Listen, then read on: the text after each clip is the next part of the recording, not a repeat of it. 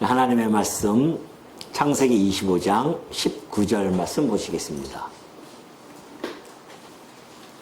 창세기 25장 19절입니다.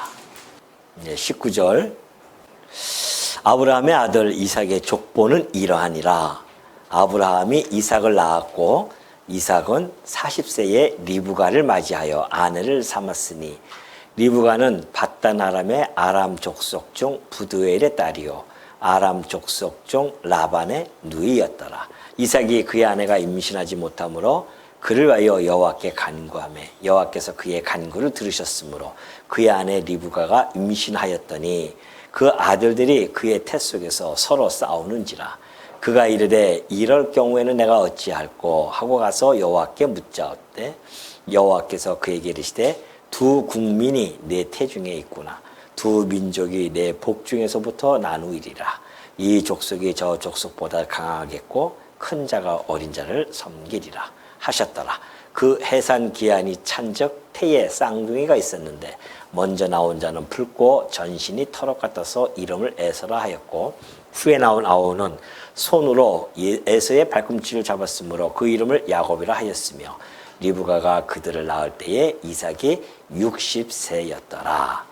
26절까지 우선 봉독해 드립니다.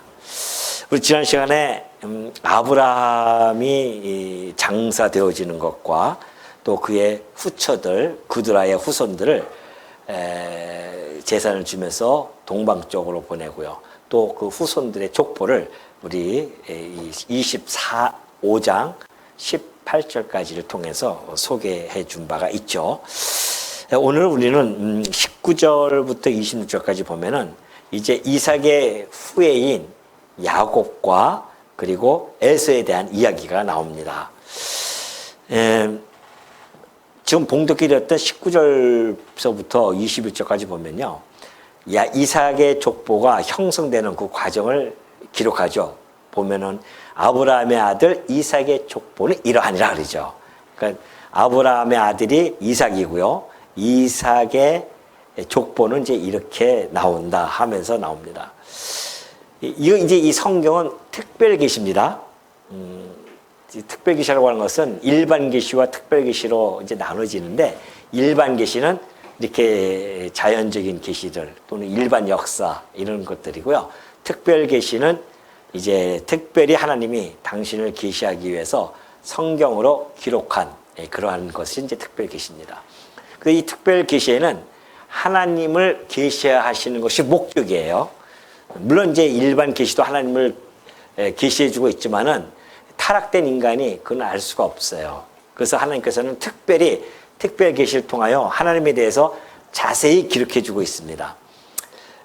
그 가운데 이제 하나님께서는 특별 계시를 해 주실 때에 특별히 하나님이 택하신 언약 자손들이 있습니다.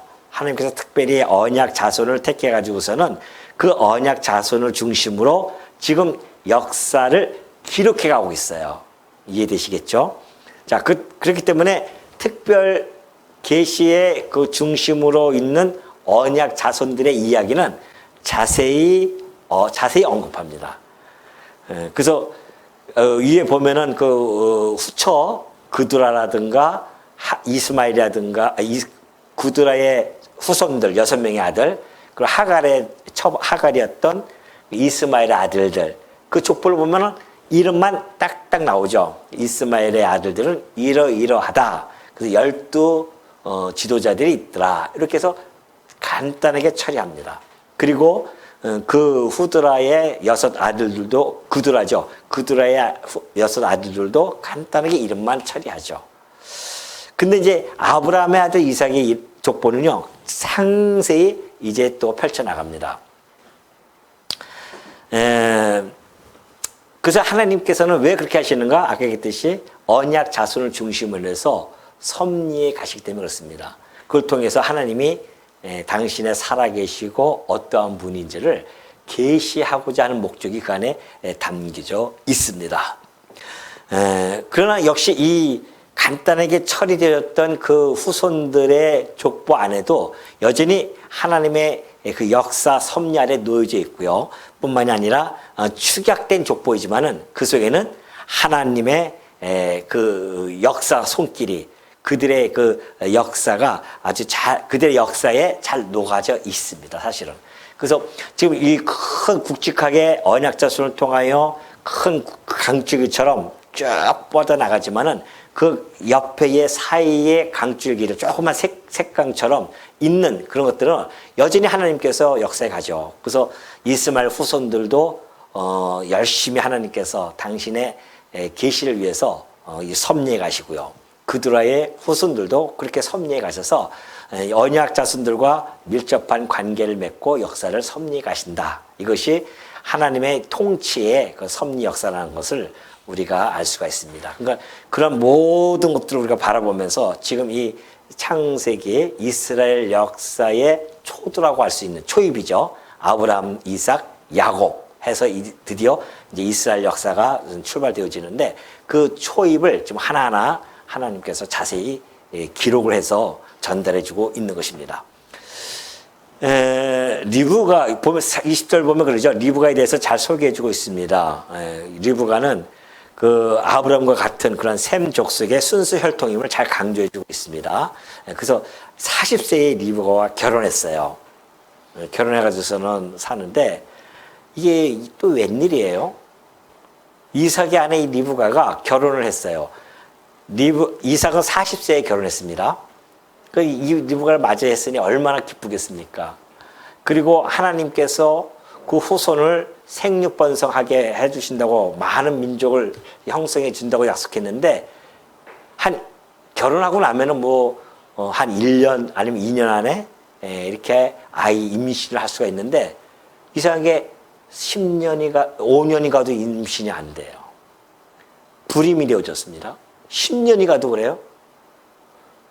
그러니까 이삭의 마음은 좀 약간 이제 조급한 마음이 들 수밖에 없잖아요. 아니 하나님께서 생육번성에게 해준다고 했는데 우리 아버지도 나를 갖다가 하나님으로부터 약속을 받고 약 한 25년의 어간을 흐른 다음에 이삭을 낳았다 말이죠. 그런데 이삭도 역시 지금 결혼을 했음에도 불구하고 아이가 없어요. 그래서 21절 후반절을 보니까 여호와께 간구를 합니다. 이삭이 여호와께 간구해요. 하나님 아버지, 어쩌자고 우리에게 이렇게 아기가 지금도 없습니까? 우리들에게 하늘의 별처럼 그렇게 자손들을 번성하게 해주신다고 약속해 주지 아니하셨습니까? 이러면서 막 간구를 하는 거예요. 절실하게 간구하는 거죠. 간절하게 합니다. 그때에 하나님께서 그 간구를 들으셔요. 이것이 21절 나오죠. 여호와께서 그의 간구를 들으셨으므로 그의 아내 리브가가 임신하였더라. 그렇게 이야기를 해주고 있습니다. 자, 보면 그래요. 이스마엘 자손들은 결혼하면 팍팍 아기가 생겨요. 임신을 합니다. 그드라의 그 후손들이죠. 후처였던 그드라의 후손 6아들도요. 결혼만 하면 막 임신이 합니다. 그런데 이상하게 언약자손만 하나님께서 특별히 택하신 언약자손만 결혼해도 금방 임신이 안 돼요. 아브라함이 그랬었고요. 이삭도 그랬단 말입니다. 여전히 생겨나질 않아요. 왜 그랬을까요 도대체? 하나님이 왜 그렇게 어렵게 섭리해 가실까요? 아니 하나님이 언약자손들에게 하늘의 별처럼 생육 중다하게 해주겠다고 약속해 주셨으면 결혼하면 그냥 순조롭게 그냥 막 쌍둥이도 낳고 막 그냥 아기들 막 낳으면서 10명, 20명씩 막 하면 얼마 좋습니까? 근데 1년, 2년, 3년 계속 꿉니다. 그러니까 난 조급한 이삭은 하나님께 기도할 수밖에 없죠. 하나님, 우리에게 아기를 주시옵소서. 하나님이 약속해 주지 않으셨습니까? 이런 간구를 하는 거예요. 그러니까 하나님께서 그 간구를 듣고 임신을 하게 되어주죠. 이것이 이제 하나님을 계시하는 방식입니다. 언약 자손들에게는 특별히 하나님을 계시해주고 있는 거죠. 왜? 언약 자손을 중심으로 해서 하나님을 배우게 하고 하나님을 경외케 하려는 목적이 있기 때문에 하나님께서 언약 자손들에게는 특별히 이러한 계시의 목적을 가지고 하나님께서 약속한 것은 하나님이 이루시는 것이지 너희들이 생각하는 것처럼 자연적인 어떤 자연적인 현상에 따라서 이렇게 나타나는 그런 것이 아님을 우리들에게 이 언약 자손들에게 아주 생생하게 전달해 주고 있는 것입니다. 다시 말해서 언약 자손의 생육 번성은 자연적인 결실이 아니다. 이것은 바로 하나님께서 약속하신 대로 하나님의 은총의 산물이다. 이것을 확신케 하려는 것입니다. 그래서 이삭의 간구를 들으시고 아기를 주셔요. 그래서 비로소 그 언약 자손들은 이러한 하나님의 계시를 듣고 깨닫게 되어집니다. 시편 127편의 3절의 말씀이에요. 보라, 자식들은 뭐예요? 여호와의 기업이구나. 여호와께서 주신 기업이다. 또 태의 열매는 그의 상급, 곧 선물이라는 겁니다. 언약 자손은 이걸 깨닫게 해주시는 겁니다. 안 그러면요, 언약 자손들이 아닌 사람들은 결혼하면 아기를 가지니까 뭐 당연한 거 아니겠어요? 결혼하면 아기 갖는 것은. 그러니까 이것은 자연적인 우리의 결실이다 이렇게 생각하고 있어요. 이것이 하나님께서 우리에게 생육 번성하시겠다는 그 약속에 의해서 이루어진 것이 아니다. 잊어버리는 겁니다. 까맣게 잊어버려요. 근데 사실은 아담에게 생육하고 번성하라 이렇게 약속했기 때문에 생육 번성은 하나님의 철저한 뭐예요? 역사 섭리입니다. 여러분들이 결혼해서 아기들 낳은 것은 우리가 건강하기 때문에 임신을 하는 것이다가 아니에요. 그것은 하나님의 언약, 아담에게 계셨던 그 언약, 노아에게 계셨던 그 언약의 기인에서 우리가 다 지금도 여전히 생육 번성되어지고 우리 인간들 뿐만이 아니라 모든 자연계의 생명체는 하나님의 약속대로 하나님의 언약대로 생육하고 지금 다 번성하고 있습니다. 그러니까 그 정말 이 짐승들도 보십시오. 얼마나 서로 이 종족 번성을 위해서 살아가는지 모릅니다. 그게 다 하나님의 생육 번성이라는 약속의 기인에서 움직여가는 거예요. 이게. 우리 인간들도 마찬가지입니다. 만약에 하나님께서 생육 번성의 약속이 없었으면은 아마 우리는 결혼 안 하고 살 수도 있어요. 뭐 눈만 뻘떡뻘떡 여자 봐도 뭐 마음이 두둥거리거나 남자 봐도 그냥 나무떼기 보듯이 그렇게 보일 수가 있단 말입니다. 근데 하나님은 생육 번성하라 그 약속 안에는 우리들에게 뭘 줍니까? 예?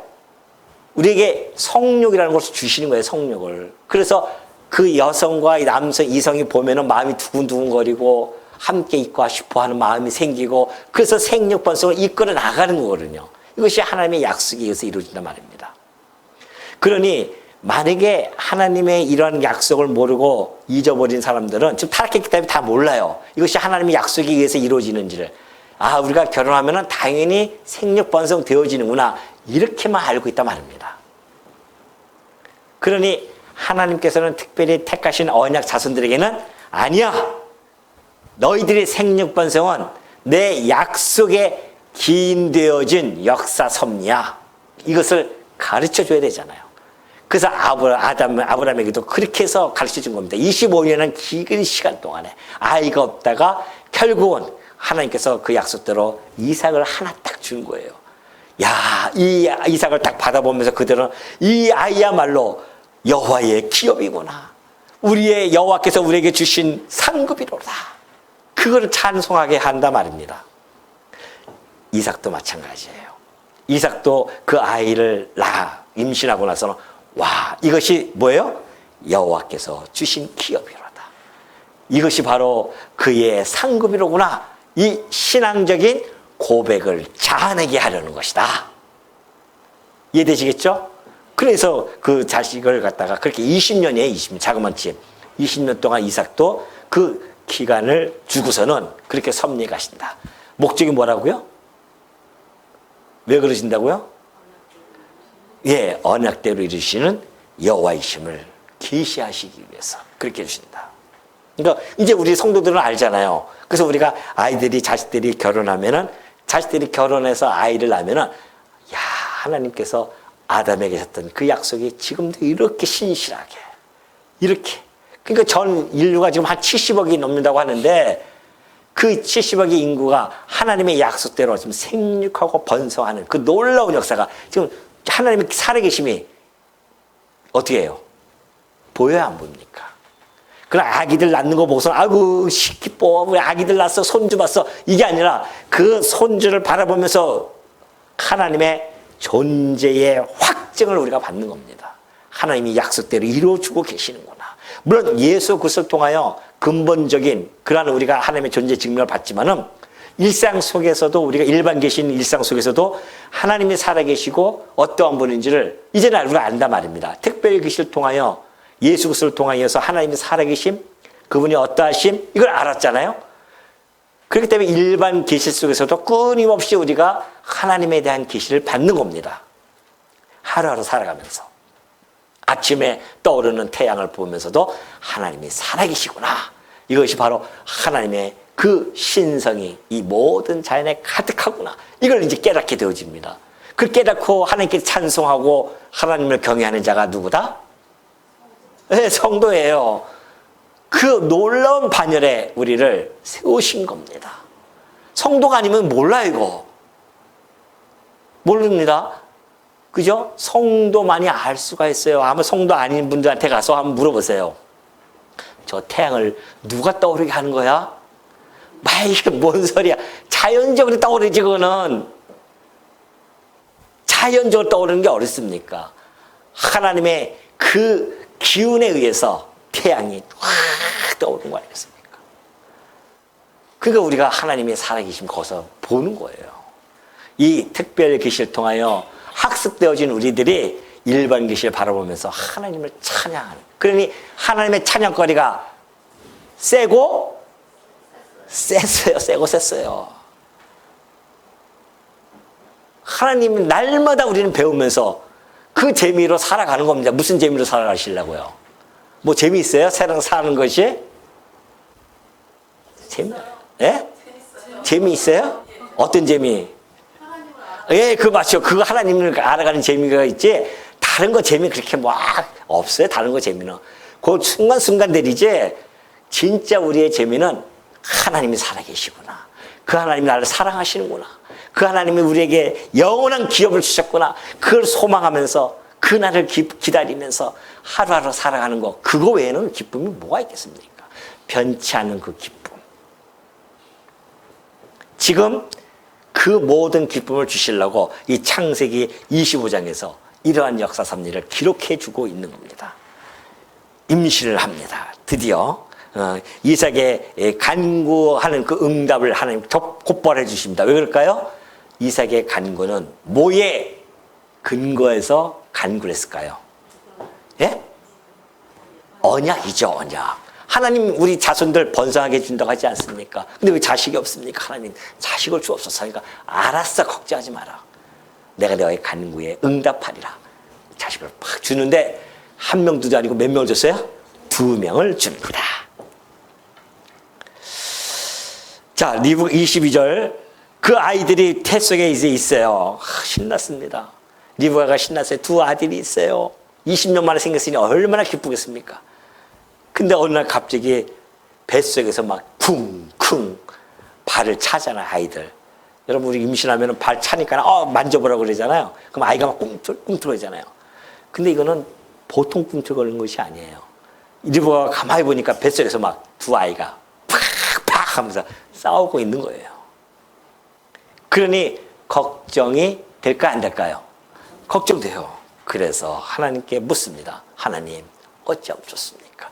이 뱃속에서 이 2 아이가 지금 이렇게 치고받고 싸우고 있습니다. 그래요.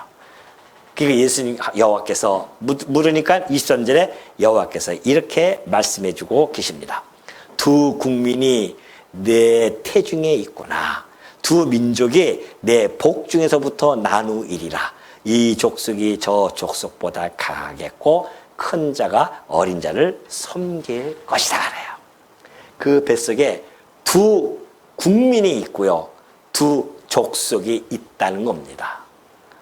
그러니까 그 족속 2 국민이 있고 족속이 있다고 하는 것은 그 2 쌍태를 통하여서 큰 족속을 하나님께서 만들어 가신다는 거 아니겠습니까? 이거는 하나님의 약속이죠. 근데 우리는 저한테 그런 약속이 없어요. 성현아, 너의 족속을 하나 만들어서 내가 큰 국민을 이루겠다? 안 그러잖아요. 우리는 그렇지 않단 말입니다. 그런데 지금 뱃속에 있는 두 아이에게는 두 족속이 있을 거야. 나눌 거야.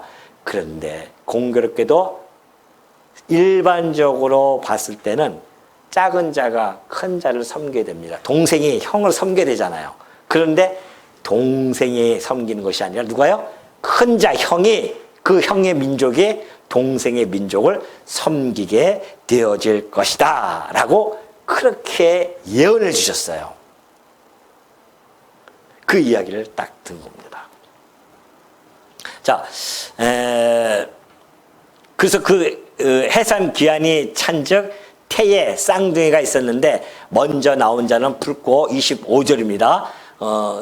전신이 털옷 같아서 이름을 에서라 하였고 후에 나온 아우는 손으로 에서의 발꿈치를 잡았으므로 그 이름을 야곱이라 하였으며 리브가가 그들을 낳을 때에 이삭이 60세였더라 그렇습니다.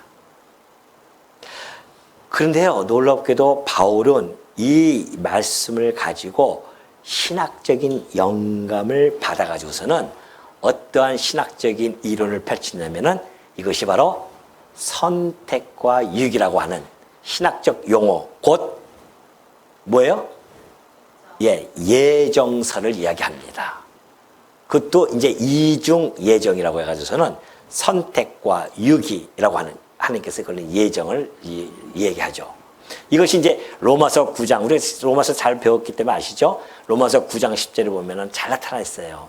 바울이 이렇게 이야기합니다. 그뿐 아니라 또한 리브가가 우리 조상 이삭 한 사람으로 말미암아 임신하였는데 그래요. 그 자식들이 아직 나지도 아니하고 무슨 선이나 악을 행하지 아니한 때에 리브가 뱃속에 두 아이가 있었죠. 근데 그들이 아직 태어나기도 전이에요. 태어나서 무슨 선이나 악을 행하기도 전이었었습니다. 그때에 택하심을 따라 하나님께서 택하셨어요. 택하셔서 택하심을 따라 되는 하나님의 뜻이, 하나님이 그 두 아이들에게 뜻이 세워졌는데 그 뜻이 그들의 행위로 말미암지 않고 오직 부르시는 이 곧 하나님으로 말미암아 서게 하려 하사 하나님이 그 두 족속에게 뜻을 하나님이 세우셨습니다. 그 뜻을 선택을 했어요. 그래서 리브가에게 이르시되 큰 자가 어린 자를 섬길 것이다 그렇게 말씀하셨다는 거 아니겠어요? 좀 아까 나왔죠? 그러면서 기록된 바 말라기 선지자의 예언을 들어서 다시 설명을 해석합니다. 기록된 바 내가 야곱은 사랑하고 에서는 미워하였다는 것 같으니라 그래요.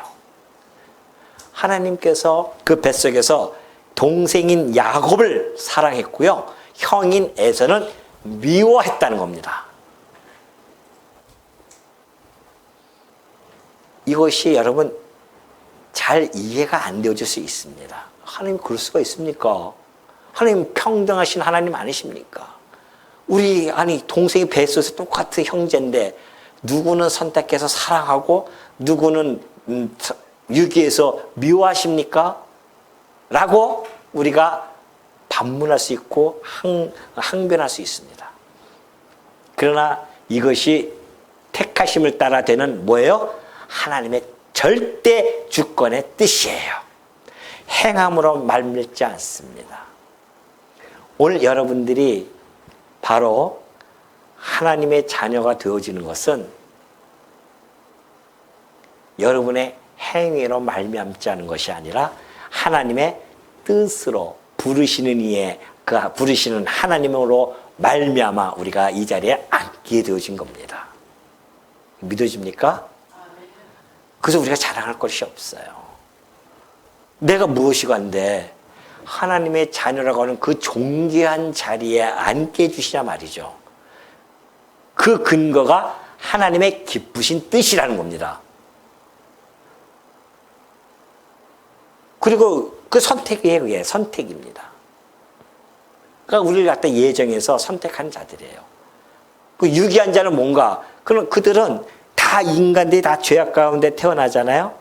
그런데 그 중에 우리는 이제 하나님께서 만세전에 택했기 때문에 거기서 그 죄악에서 건져주셨지만은 유기되어진 자는 그냥 가만히 냅두는 겁니다. 냅두면 우리 다 유기된 자예요, 원래. 타락 이후에 모든 건 다 유기되어진 자인데 근데 만세전에 하나님의 기쁘신 뜻을 택하신 받은 자들은 유기 속에서 건져낸 겁니다. 그래서 우리가 그 기쁨이 있고 하나님께 은혜의 영광을 돌릴 수밖에 없는 이유가 바로 거기에 있습니다. 우리가 잘나서 택함을 받은 것이 아니에요. 오로지 하나님의 기쁘신 뜻.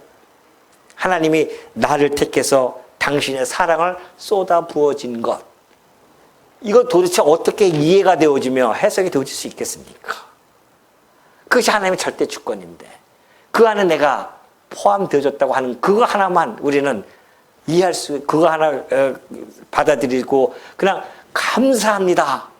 내가 무엇이가 있는데 하나님 나를 이렇게 부르셨습니까? 여기에 우리가 감동하고 감격하는 것뿐이지 왜 그러셨습니까? 내 친구는 왜 버리셨고요? 항변하실 거예요 가서? 그럼 너도 버릴까? 그럼 어떻게 하려고요? 항변할 수가 없습니다. 그래서 이걸 신학적인 용어로 뭐라고요? 불가항력적 은총이라는 겁니다. 이게 항거할 수가 없어요. 하나님의 그 은총을 나는 뭐 안 받겠습니다. 내가 무엇이건 그걸 안 받겠다고 해요. 지금 엄청난 은혜를 주셨는데 천국을 기업을 주셨는데 영원한 생명을 주셨는데 그걸 안 받아요? 어떻게 안 받을 수 있겠어요? 그렇기 때문에 바로 이러한 바울은 이제 이런 신학적 영감을 여기서 받아가지고서는 예정서를 이야기해주고 있습니다. 그렇기 때문에 이 이스라엘 민족이 이렇게 이스라엘 민족 혈통이 형성되어지는 것은 바로 하나님의 전적인 그러한 주권에 의해서 하나님이 태초로부터 이미 선택하고 구분해 놓고 보존하시고 그리고 형성되어졌음을 너무나 잘 보여줍니다. 이게 모형적이 있었어요. 이스라엘 민족이 어떻게 형성되어졌는지를 모형적으로 잘 보여주는 겁니다. 내가 택한 백성 이렇게 할 거야. 모형으로 보여줬어요. 그 실체가 바로 우리 교회입니다. 우리는 영적인 이스라엘 백성들이에요. 이걸 하나님의 실체를 위해서 모형으로 보여줬고 우리도 역시 하나님께서 우리를 택하셔서 우리를 사랑하셔서 우리를 지금 그 하나님의 민족으로 백성으로서 살아가게 해준다고 하는 이 놀라운 사실.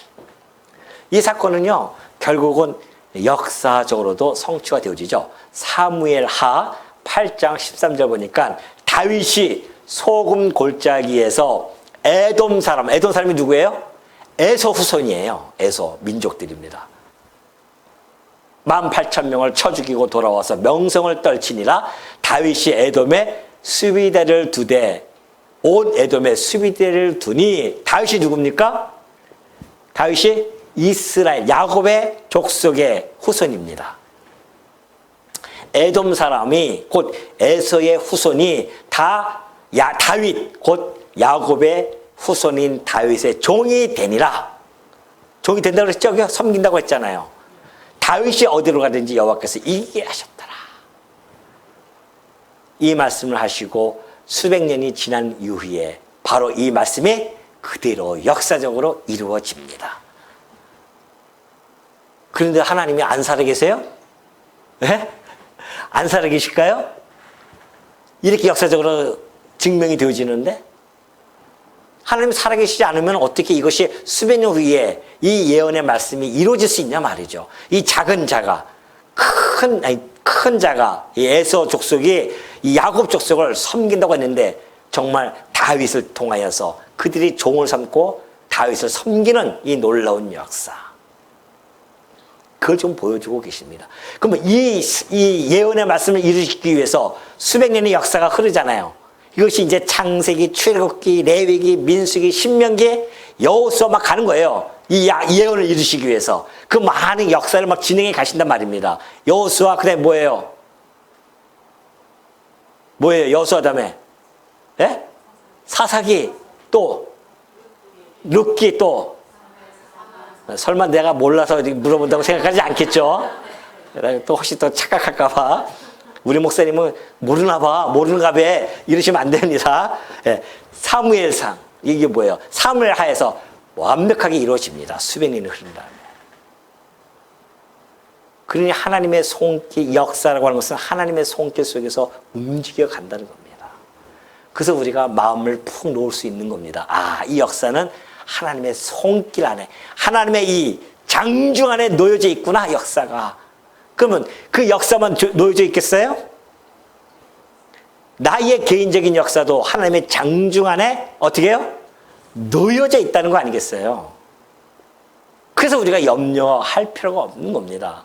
하나님이 나를 붙들고, 당신의 언약 자손이 나를 붙들고 섭리에 가시겠지. 그 기쁨과 그 당당함과 그 든든함이 있는 겁니다. 그러니까 걱정, 염려하실 필요가 전혀 없다는 거죠. 왜 이걸 공부하십니까, 여러분들이? 우리의 삶 속에서 하나님만을 의지케 하려고 하나님이 이걸 기록하고 읽어나가게 하시는 겁니다. 봐라, 내가 살아있지 아니하느냐. 염려하지 마. 그러니까 내가 오직하면 너를 사랑하여 택했는데 너 하나 내가 책임 못 지겠느냐, 이거 아니겠어요? 그러면서 27절로 넘어갑니다. 27절. 그 약속들이 그 아이들이 장성함에 에서는 익숙한 사냥꾼이었으므로 들 사람이 되고 야곱은 조용한 사람이었으므로 장막에 거주하니 이삭은 에서가 사냥한 고기를 좋아하므로 그를 사랑하고 리브가는 야곱을 사랑하였더라. 야곱이 죽을 쑤었더니 에서가 들에서 돌아와서 심히 피곤하여 야곱에게 이르되 내가 피곤하니 그 붉은 것을 내가 먹게 하라 한지라. 그러므로 에서의 별명은 에돔이더라. 야곱이 이르되 형의 장자의 명분을 오늘 내게 팔라. 에서가 이르되 내가 죽게 되었으니 이 장자의 명분이 내게 무엇이 유익하리요? 야곱이 이르되 오늘 내게 맹세하라. 에서가 맹세하고 장자의 명분을 야곱에게 판지라. 야곱이 떡과 팥죽을 에서에게 주매 에서가 먹으며 마시고 일어나갔으니 에서가 장자의 명분을 가볍게 여김이었더라. 아주 중요한 사건이 하나 불거집니다. 이제 야곱과 에서가 태어나가지고서는 자라나요. 에서는 형이니까 아무래도 더 커서 그런지 아주 사냥꾼의 기질을 타고났어요. 그러니까 들 사람이 돼가지고 들에 막 날아다니면서 사냥을 합니다. 그러니까 이삭 아버지가 아들을 얼마나 사랑하겠어요. 큰아들이니까. 예? 큰아들이 기업을 받고 하니까는 흐뭇하게 쳐다보면서 아, 저 녀석 에서 내 모든 장자권을 줘야겠다. 그 마음을 가지고서는 그 눈여겨보는데 그렇게 용맹하고 막 용감하고 짐승을 잡아다니면서 아버지에게 탁 갖다 드리면 얼마나 맛있게 먹는지 이삭이 그냥 아이고 내 아들 우리 큰아들 하면서 그렇게 그냥 큰아들 이렇게 막 해줬단 말입니다. 근데 야곱은 이상해요. 성격이 온순해서 그런지 엄마와 함께 지내는 시간이 많아요. 우리 형제가 그랬어요. 그래서 제가 별명이 야곱이었었습니다. 우리 형은 좀 약간 외형적으로 성격이 그래서는 제가 어렸을 때에 얻어맞으면요, 우리 형이 와서 누구야 하면서 막 나하고 한 살뿐이 차 않는데도 그렇게 용감하게 막 했던 사람이 있었습니다. 우리 형은 에서 와갖고 나는 야곱 같다 해가지고 우리 어머니가 맨날 아이고 저 야곱 같은 놈 이랬었거든요. 그러니까 야곱도 엄마와 함께 그렇게 지내면서 장막에 거하면서요 있었습니다. 근데 엄마 리브가가 야곱에 대한 특별한 뭐가 있었을까요? 애정이 있었습니다. 왜 그럴까요? 뭐 때문에? 예? 예, 하나님이 주신 예언의 말씀이 리브가에는 마음속에 깊이 간직되어 있어요. 큰 자가 작은 자를 섬길 거야. 그 예언에. 그 말씀이 리브가는 가지고 있었기 때문에 아마 야곱에게 그 장자의 명분이 얼마나 중요한지를 가르쳤을 겁니다. 야곱아, 장자의 명분이 얼마나 중요한지 알아? 그러니까 야곱이 그 장자의 명분을 팔라고 하지 않습니까?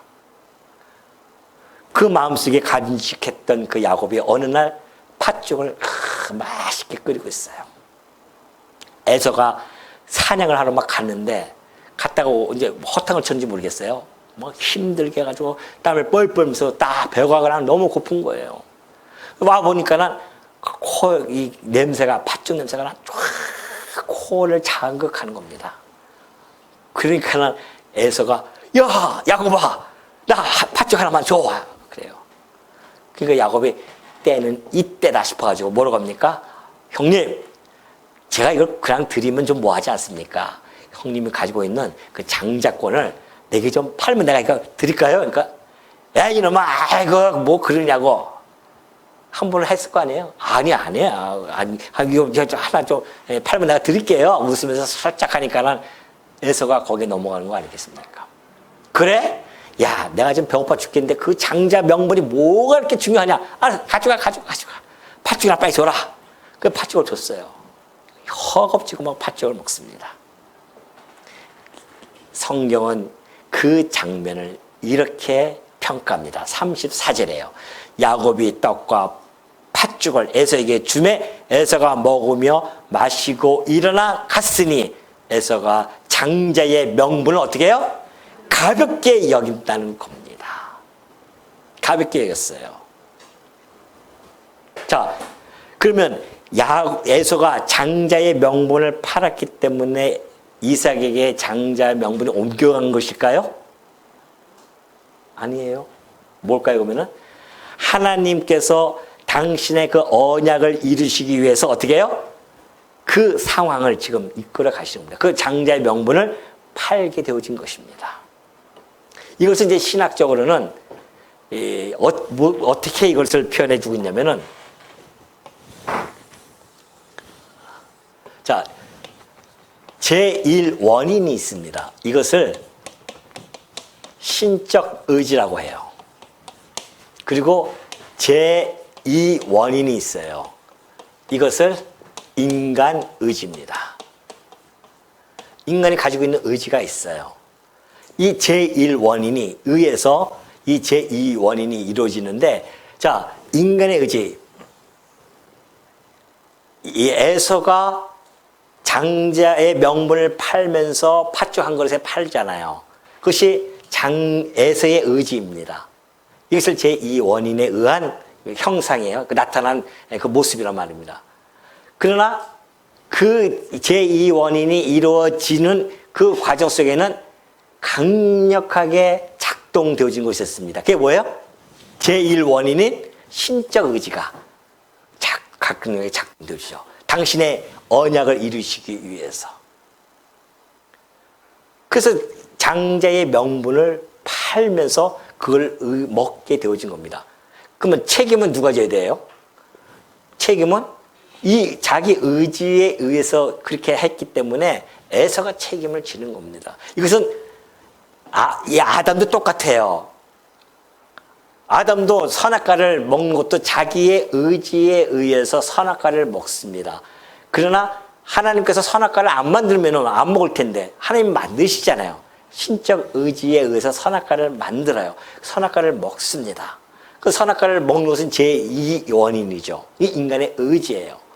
그러나 이 인간의 의지에 의해서 나타나는 모든 작용되는 현상들은 근본적으로 제1원인, 하나님의 영원하신 작정, 이 제1원인은 하나님의 작정, 예정으로부터 나온단 말입니다. 그래서 이 하나님의 제일 원인 신적 의지에 의해서 이 모든 것들이 포괄적으로 섭리해 가시지만은 그러나 그 현장에서의 그 의지 작용은 인간에 의해서 이루어지는 거거든요. 근데 막상 그렇게 했지만은 결과적으로는 하나님의 신적 의지의 섭리 속에서 나타난 겁니다. 그래서 이게 하나님의 뜻이라는 겁니다. 이것을 우리는 뭐라고 합니까? 인간은 하나님께 종속되어졌다. 이걸 종속 의지라고 그렇게 이야기하는 겁니다. 이것이 하나의 중요한 신학적인 의미죠. 바로 이 사건이 그런 사건으로 나타나는 중요한 의미를 함축하고 있는 그런 것이죠. 그렇기 때문에 에서는 자기가 의지에 의해서 했지만은 결국은 하나님의 작정대로 섭리에 간다는 것. 이것이 하나님의 오묘한 섭리입니다. 이것을 하나님께 항변할 수 없는 거예요. 당신의 절대 주권, 전능하심에 의해서 이루어지기 때문에 그건 항변할 수가 없습니다. 그래서 장자의 명분을 가볍게 여기는 그러한 자에게 히브리서 기자는 뭐라고 이야기하냐면은 히브리서 12장 16절 보니까 음행하는 자와 혹 한 그릇 그 음식을 위하여 장자의 명분을 판 에서와 같이 그래요. 망령된 자가 없도록 살피라. 너희가 아는 바와 같이 그가 그 후에 축복을 이어받으려고 장자권의 축복을 받으러 갔는데 눈물을 흘렸지만 구하였지만 버림바가 되어서 회개할 기회를 얻지 못해. 나중에 나오지 않습니까? 장자권의 그 축복을 야곱이 받아요. 히브리서 기자는 망년된 자의 이 영원한 표상으로서 에서를 잡습니다. 에서와 같이 망령된 자가 없도록 살펴라. 그렇게 교훈해주고 있습니다. 그 무슨 이야기예요? 그게 무슨 이야기일까요? 에서와 같이 망령된 자가 되어주면 안 된다는 겁니다. 이것이 오늘 왜 우리들에게 영원한 망령된 자의 표상으로서 에서가 나온 겁니다. 성도들은 어떻습니까? 우리는 망령된 자가 안 되지 않기 위해서는 어떻게, 그걸 지금 경고해 준 거예요. 경종을 울린 겁니다. 히브리서 기자가. 너희들에게 뭘 줬어요? 우리들에게? 네? 하늘의 시민권을 줬잖아요.